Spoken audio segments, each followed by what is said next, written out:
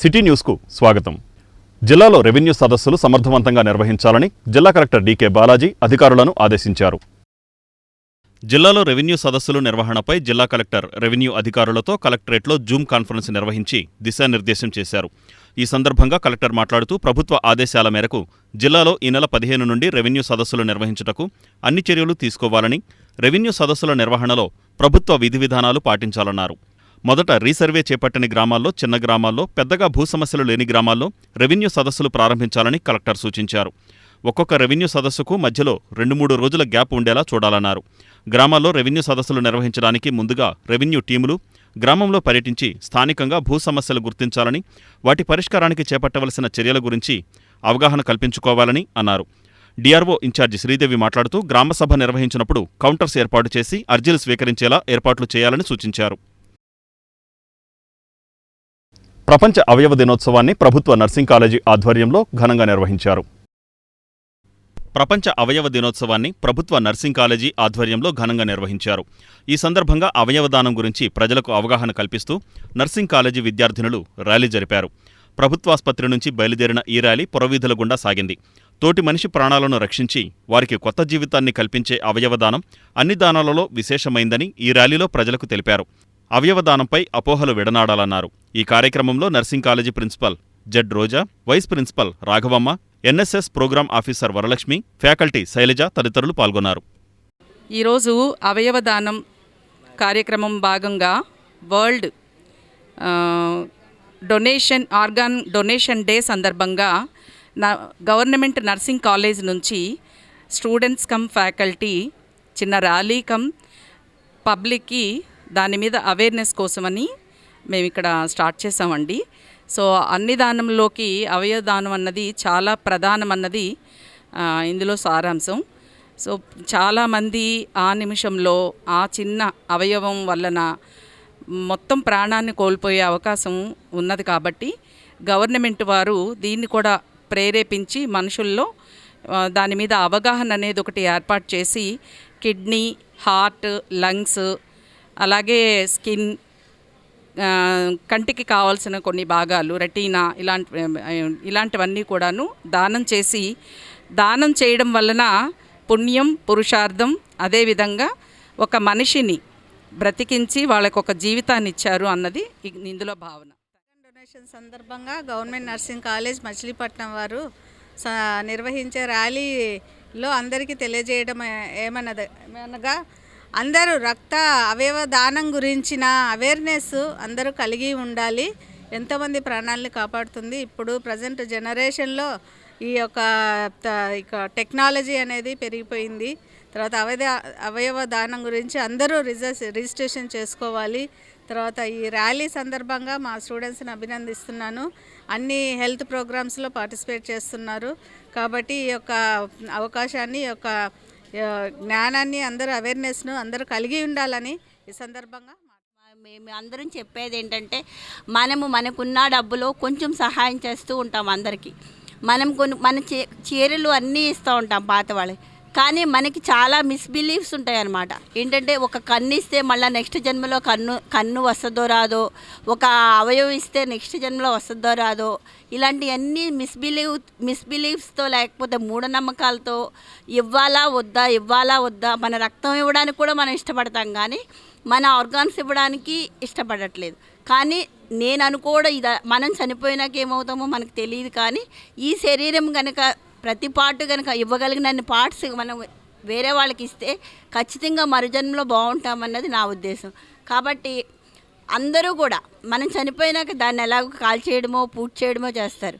కాబట్టి పక్క వాళ్ళకు ఉపయోగపడడం అన్నది ప్రధాన కర్తవ్యం. కాబట్టి మనము అందరం తెలుసుకుని మన ఫ్రెండ్స్కి, మన చుట్టాలకి, మన పెద్దవాళ్ళకి, చిన్నవాళ్ళకి అందరికీ మోటివేట్ చేయడం అన్నది మన సొసైటీలో ఒక బాధ్యత. కాబట్టి మనకి 8 రకాల ఆర్గాన్స్ని డొనేట్ చేయొచ్చు. మనకి ఇన్ టైంలో ఉంటే కనుక, ఇన్ టైంలో ఇవ్వగలిగితే కన్నులో ఉన్న రెటీనా ప్లస్ కిడ్నీస్, ఊపిరితిత్తులు, హార్ట్, లంగ్స్, లివరు, స్ప్లీను, మొత్తం 8 ప్యాంక్రియాస్, మొత్తం 8 పార్ట్స్ని మనం ట్రాన్స్ఫర్ చేయగలం వేరే వాళ్ళకి. పైగా మన జీన్లో కానీ మనకి తెలిసిన వాళ్ళలో కానీ మన ఏజ్ వాళ్ళకి ఇస్తే కనుక చిన్న చిన్న పిల్లలకు కూడా హార్ట్లో హోల్స్ ఉండి తెలియని నంబర్ నుండి వచ్చే వీడియో కాల్స్కు స్పందించవద్దని కృష్ణా జిల్లా పోలీస్ శాఖ ప్రజలను హెచ్చరించింది. తెలియని నంబర్ నుంచి వచ్చిన వీడియో కాల్స్పై స్పందించవద్దని కృష్ణా జిల్లా పోలీస్ శాఖ ప్రజలకు హెచ్చరించింది. ఫ్రీగా ఉన్నారా, సింగిల్గా ఉన్నారా, బోర్ ఫీల్ అవుతున్నారా? ఐఆమ్ సింగిల్, నేను బోర్ ఫీల్ అవుతున్నాను, నాకు న్యూ ఫ్రెండ్స్ కావాలి, నాతో ఫ్రెండ్షిప్ చేయాలంటే call me at any time అంటూ వచ్చే హనీ ట్రాప్ మెసేజ్లు నిజమని నమ్మి స్పందిస్తే మీ సంగతి ఇంతే సంగతులని కృష్ణా జిల్లా పోలీసులు ప్రజలను అప్రమత్తం చేస్తున్నారు. న్యూడ్ వీడియో కాల్స్ చేసి వాటిని మీకు తెలియకుండానే రికార్డు చేసి వాటిని సోషల్ మీడియాలో వైరల్ చేస్తామని మిమ్మల్ని బెదిరించి మిమ్మల్ని నిలువుదోపిడీ చేస్తారు. కాబట్టి తెలియని నంబర్ నుంచి వచ్చిన వీడియో కాల్స్పై స్పందించవద్దని కృష్ణా జిల్లా పోలీస్ శాఖ సూచించింది. ఇప్పటికే ఎవరైనా సైబర్ నేరానికి గురైనట్లయితే వెంటనే cyber crime helpline number 1930కు కాల్ చేసి ఫిర్యాదు చేయాలని విజ్ఞప్తి చేసింది. వెనుకబడిన తరగతుల వసతి గృహాలలో మెరుగైన వసతులు కల్పించాలని జిల్లా బీసీ సంక్షేమ సంఘం అధ్యక్షులు సేకుబోయిన సుబ్రహ్మణ్యం డిమాండ్ చేశారు. వెనుకబడిన తరగతుల వసతి గృహాలలో మెరుగైన వసతులు కల్పించాలని కృష్ణా జిల్లా బీసీ సంక్షేమ సంఘం అధ్యక్షులు సేకుబోయిన సుబ్రహ్మణ్యం బీసీ సంక్షేమ సాధికారత అధికారి జి రమేష్కి వినతిపత్రం సమర్పించారు. ఈ సందర్భంగా సుబ్రహ్మణ్యం మాట్లాడుతూ హాస్టల్ విద్యార్థులకు మెస్సు, కాస్మెటిక్ ఛార్జీలు పెంచాలని కోరారు. 6 నెలల నుంచి రాష్ట్ర ప్రభుత్వం వార్డెన్లకు మెస్ బిల్లులు చెల్లించడం లేదని తెలిపారు. అలాగే డైట్, విద్యుత్ బకాయిలు చెల్లించడం లేదన్నారు. ప్రతి బీసీ హాస్టల్లో 4వ తరగతి ఉద్యోగుల నియామకాలు చేపట్టాలని కోరారు. మచిలీపట్నంలో పెరుగుతున్న విద్యార్థుల సంఖ్యకు అనుగుణంగా బాలబాలికల వసతి గృహాలను పెంచాలని విజ్ఞప్తి చేశారు. మూతబడిన హాస్టళ్లను తెరిపించాలన్నారు. విద్యార్థులకు నాణ్యమైన సన్నబియ్యంతో భోజనం ఏర్పాటు చేయాలని సుబ్రహ్మణ్యం డిమాండ్ చేశారు. ఈ కార్యక్రమంలో బీసీ నాయకులు జోగి శివ, ధనికొండ చిన్ని, ఎం పవన్ తదితరులు పాల్గొన్నారు. కృష్ణా జిల్లా డిప్యూటీ డైరెక్టర్ గారికి వినతిపత్రం ఇవ్వడం జరిగింది. విషయం ఏంటంటే కృష్ణా జిల్లా వ్యాప్తంగా ఉన్నటువంటి సుమారు 43 హాస్టళ్ళు ఉన్నాయి. ఇవి వెనుకబడిన కులాలకు సంబంధించినవి. అందులో కొన్ని మూతబడిపోయినాయి, కొంతమంది పిల్లలు లేక కొన్ని హాస్టల్లో ఇదయినాయి, కొన్ని రిపేర్లు ఉండటం వల్ల అవి చాలా అధ్వానంగా పరిస్థితుల్లో ఉన్నాయి. వాటిని బాగు చేయించి పిల్లలను కూడా స్ట్రెంత్ కూడా పెంచాలని తెలియజేసాం. అలాగే ఇంకో విషయం, బీసీ స్టడీ సర్కిల్ మన కృష్ణా జిల్లా వ్యాప్తంగా స్టడీ సర్కిల్ అనేది లేదు. బీసీ స్టడీ సర్కిల్ కూడా పెట్టిస్తే దానివల్ల కొన్ని వందల వేల మంది పిల్లలు చదువుకుని అభివృద్ధి చెందారని కూడా తెలియజేసాం. ఇంకో విషయం, జిల్లా వ్యాప్తంగా ఉన్నటువంటి హాస్టళ్ళకి ఫుడ్డు, కాస్మెటిక్ ఛార్జీలు వీటన్నిటికీ పాత రోజుల్లో ఉన్నటువంటి బిల్లులు ఇస్తున్నారు. ఇప్పుడు రేట్లు పెరిగినాయి. ఇప్పుడు రేట్లకి అనుగుణంగా వాటిని కాస్మెటిక్ ఛార్జీలు కానీ వాళ్ళ నాణ్యమైన ఆహారం కానీ మంచి బియ్యం కానీ అందించాలంటే ఇప్పుడున్న రేట్ల ప్రకారం రేట్లు పెంచితే అవన్నీ ఉపయోగపడతాయి. అలాగే ఇంకో విషయం, ప్రభుత్వం హాస్టల్లో ఉన్న పిల్లలకి ప్రభుత్వం భోజనాలు పెట్టించాలి.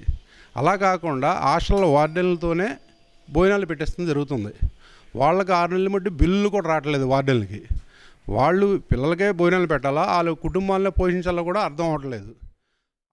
కృష్ణా జిల్లా బీసీ సంక్షేమ సంఘం సేకుబోయిన సుబ్రహ్మణ్యం గారి ఆధ్వర్యంలో మన బీసీ వెల్ఫేర్ బీసీ హాస్టల్కి సంబంధించి డీడీ గారిని కలవడం జరిగింది. విషయం ఏంటంటే మన జిల్లాలో 43 హాస్టల్స్ బీసీ హాస్టల్స్ ఉన్నాయి. వీటిల్లో హాస్టల్స్ అన్నింటిలో కూడా మెరుగైన సదుపాయాలు కల్పించాలని మరియు వాళ్ళకి నాణ్యమైన ఆహారం పదార్థాలు ఇవ్వాల్సిందిగా, తదుపరి బీసీ హాస్టల్లో 4వ తరగతి ఉద్యోగుల్ని నియమించాలని, తర్వాత ఈ బీసీ హాస్టల్లో చాలా వరకు కొన్ని హాస్టల్స్ చాలా వరకు స్లాబ్లు ఊడిపోయి పెచ్చులు ఊడిపోయి తర్వాత దానికి నిర్మాణమైన నాణ్యం చేయాలని చెప్పేసి మేము బీసీ సంక్షేమ సంఘం తరపున డీడీ గారిని కలవడం జరిగింది. ఆయన సానుకూలంగా స్పందించి ఈ విషయాల మీద మేము చర్యలు తీసుకుంటామని చెప్పేసి ఆయన చెప్పడం జరిగింది. పార్కింగ్ చేసిన లారీల్లో యథేచ్ఛగా డీజిల్ చోరీ జరుగుతోందని లారీ డ్రైవర్లు ఆవేదన వ్యక్తం చేస్తున్నారు. పార్కింగ్ చేసిన లారీల్లో యథేచ్ఛగా డీజిల్ చోరీ జరుగుతోందని లారీ డ్రైవర్లు ఆందోళన వ్యక్తం చేస్తున్నారు. పార్కింగ్ చేసిన లారీల్లో డీజిల్ దొంగతనంపై చాలాసార్లు పోలీసులకు ఫిర్యాదు చేశామని వారు పేర్కొంటున్నారు. అయితే పోలీసులు ఎటువంటి చర్యలు తీసుకోవడం లేదని వారు ఆవేదన వ్యక్తం చేస్తున్నారు. గత కొన్ని నెలలుగా మాచవరం మెట్టు సెంటర్లో పార్కింగ్ చేస్తున్న లారీల్లో నుంచి సుమారు 5 లక్షల రూపాయల విలువ చేసే డీజిల్ చోరీ జరిగిందని వారు వివరించారు.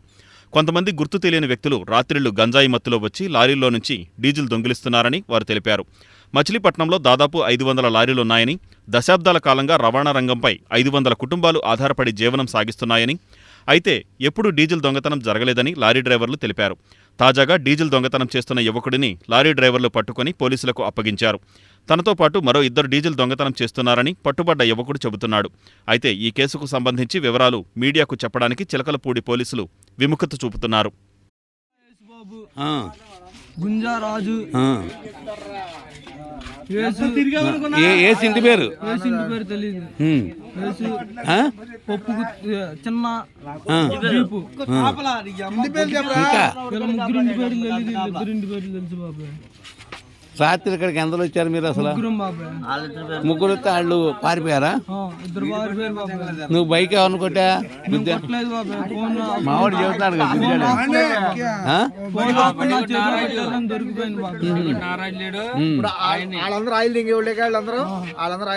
కదా క్యాన్లు ఉన్నాయా? ఆయిల్ ఎక్కడ అమ్ముతారు అసలు వీళ్ళు ఎత్తుకెళ్ళి?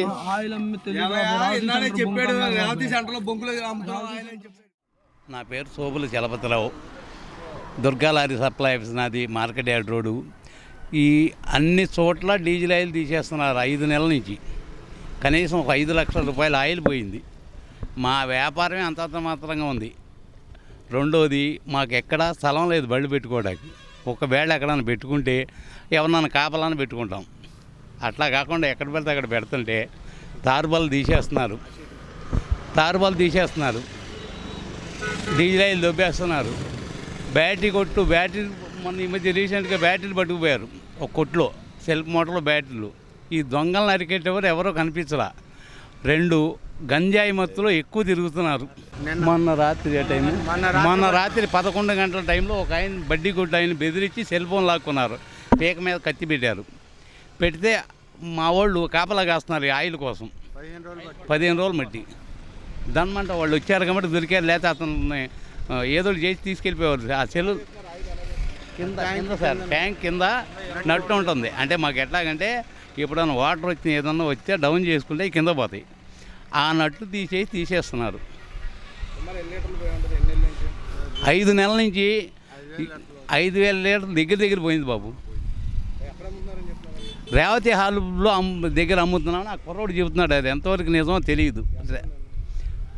ముగ్గురు వీళ్ళు చాలామంది ఉన్నారంట. అసలు ఆయిల్ దొబ్బేవారు, ఈ ఎవరన్నా సింగిల్కి వెళ్ళేవాడిని బెదిరించి కత్తి పెట్టి డబ్బులు తీసుకునేవారు, గంజాయి సప్లై చేసే అమ్మాయి కూడా ఉందంట ఒక ఆమె. మీడియా మిత్రులు నమస్కారం అండి. మాది మచిలీపట్నం, లారీ ఓనర్ నేను. నా పేరు అబ్దుల్ ఖదీర్ అండి. ఇక్కడ మాకు లారీలు పెట్టుకుంటానికి స్థలం లేకపోవడంలో రోడ్డు పక్కన లారీలు పెట్టుకుంటున్నాము. ఈ లారీలు పెట్టుకోవడంలో రోడ్డు పక్కన ఉండటం మూలన దొంగలు ఏ టైంలో వచ్చేసి ఆయిల్ లాగేసుకుంటున్నారు, ఆయిల్ దొంగలు చేస్తున్నారు, బ్యాటరీలు దొంగలిస్తున్నారు. కత్తి తీసుకొని ఈ 5 నెలల మధ్య జరుగుతుందండి. నేను రాత్రి కత్తి పెట్టుకుని ఒక మనిషి దగ్గర నుంచి సెల్ ఫోన్ లాక్కొని వెళ్తుండగా ఒకరిని పట్టుకున్నాము. అతను తీసుకెళ్ళిపోయి పోలీస్ స్టేషన్లో హ్యాండ్ ఓవర్ చేశాము. అది పోలీసు వాళ్ళు ఏ సందర్భంగా చెప్పలేదు. వాళ్ళు తీసుకెళ్ళి అప్పచెప్పించిన తర్వాత పోలీసు వాళ్ళు ఏదైనా సందర్భం చెప్తారో అని చెప్పి చూస్తున్నాం మేము. వాళ్ళు ఎవరు చాలామంది బ్యాచ్ ఉన్నారంట. గంజాయి అమ్ముతున్నారంట ఇక్కడ. జనం చాలామంది అనుకుంటున్నారు ఇక్కడ. నిన్న 3 దొరికారు. 3లో ఇద్దరు పారిపోయారు, ఒకరు దొరికాడు. ఆ ఒకరిని తీసుకెళ్ళిపోయి పోలీస్ స్టేషన్లో అప్పచెప్పాం. పోలీసులు మేము ఇంకెవరెవరు ఉన్నారో ఏంటో మేము తీస్తాము, తీసి ఏ సంగతి చెప్తామని చెప్పేసి నేను అన్నారు. అప్పటి నుంచి ఏ సందర్భం లేదు. మరి అది సంగతి. ఎంత ఉంటే అంత లాగేస్తున్నారండి వాళ్ళ ఇష్టం. లారీలో ఎంత వస్తే ఆయిల్ అంత లాగేస్తున్నారు. ట్యాంకీలో ఎంత ఉంటే అంత. రోజుకి 2-3 బళ్ళు వెళ్ళిపోతున్నాయి ఆయిల్. అది పోగా బ్యాటరీలు ఇళ్ళకాడ పెట్టుకున్న వాళ్ళకాడ బ్యాటరీలు తీసేస్తున్నారు. జనం వెళ్తూ ఉంటే కత్తి చూపించి సెల్ ఫోన్ లాక్కుంటాం, డబ్బులు లాక్కుంటాం. మేము గత 20 సంవత్సరాలుగా రవాణా రంగం మీద ఆధారపడి బతుకుతున్నాం. మచిలీపట్నంలో ఆర్టీఓ పరిధిలో కనీసం 500 లారీలు ఉన్నాయి. 500 మంది కుటుంబాలు రవాణా రంగం మీద ఆధారపడి బతుకుతున్నాయి. కానీ మా లారీలకు కనీస రక్షణ అనేది లేదు ఎక్కడాను. ఇప్పుడు డీజిల్ వాల్యూ పెరిగిపోయింది. ఒక్కో లారీలో ఈ ఆకాతాయిలకి 200 లీటర్ల డీజిల్, 300 లీటర్ల డీజిల్ స్టాక్ ఉంటుంది. దాన్ని గమనించిన ఈ ఆకాతాయిలు గంజాయి మత్తుకు అలవాటు పడిపోయి విచ్చలవిడిగా డీజిల్ దొంగతనాలు చేస్తున్నారు. పోలీసు వారికి చాలాసార్లు విజ్ఞప్తి చేశాం. కానీ నామమాత్రంగా వాళ్ళని పట్టుకోవడం విడిచిపెట్టడం జరుగుతుంది. దీని మీద కఠినంగా వాళ్ళని పట్టుకుని నిందితులను అదుపులో తీసుకుని కఠినంగా శిక్షించాలి. మా రవాణా కార్మికుల్ని, రవాణా రంగం మీద ఆధారపడిన వాళ్ళని రక్షణ కల్పించాలి. ఎందుకంటే ఒక్కో లారీకి మేము గవర్నమెంట్కి కట్టేది సంవత్సరానికి 1,50,000 ట్యాక్స్ రూపంలో కానీ, రోడ్ ట్యాక్స్ రూపంలో కానీ, గ్రీన్ ట్యాక్స్ రూపంలో కానీ, ఇన్సూరెన్స్ రూపంలో కానీ, ఫిట్నెస్ రూపంలో కానీ. ఇప్పుడు మచిలీపట్నం ఆర్టీఓ పరిధిలో 500 లారీలు ఉన్నాయండి. కనీసం ఇప్పుడు లారీల పార్కింగ్కి స్థలాలు లేవు.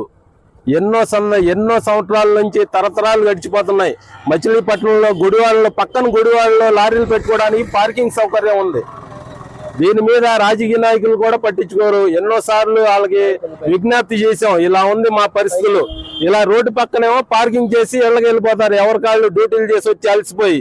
ఈ లోపు వచ్చి పోలీసు వాళ్ళు ఫోటోలు తీసుకుని వెళ్ళిపోతున్నారు. ఆ ఫైన్ వేసేది 1000 రూపాయలు. లారీ రాజమండ్రిలో వస్తే 5,000 మిగలట్లేదు మాకు.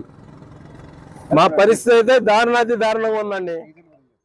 ఈ వార్తలు ఇంతటితో సమాప్తం. నమస్కారం.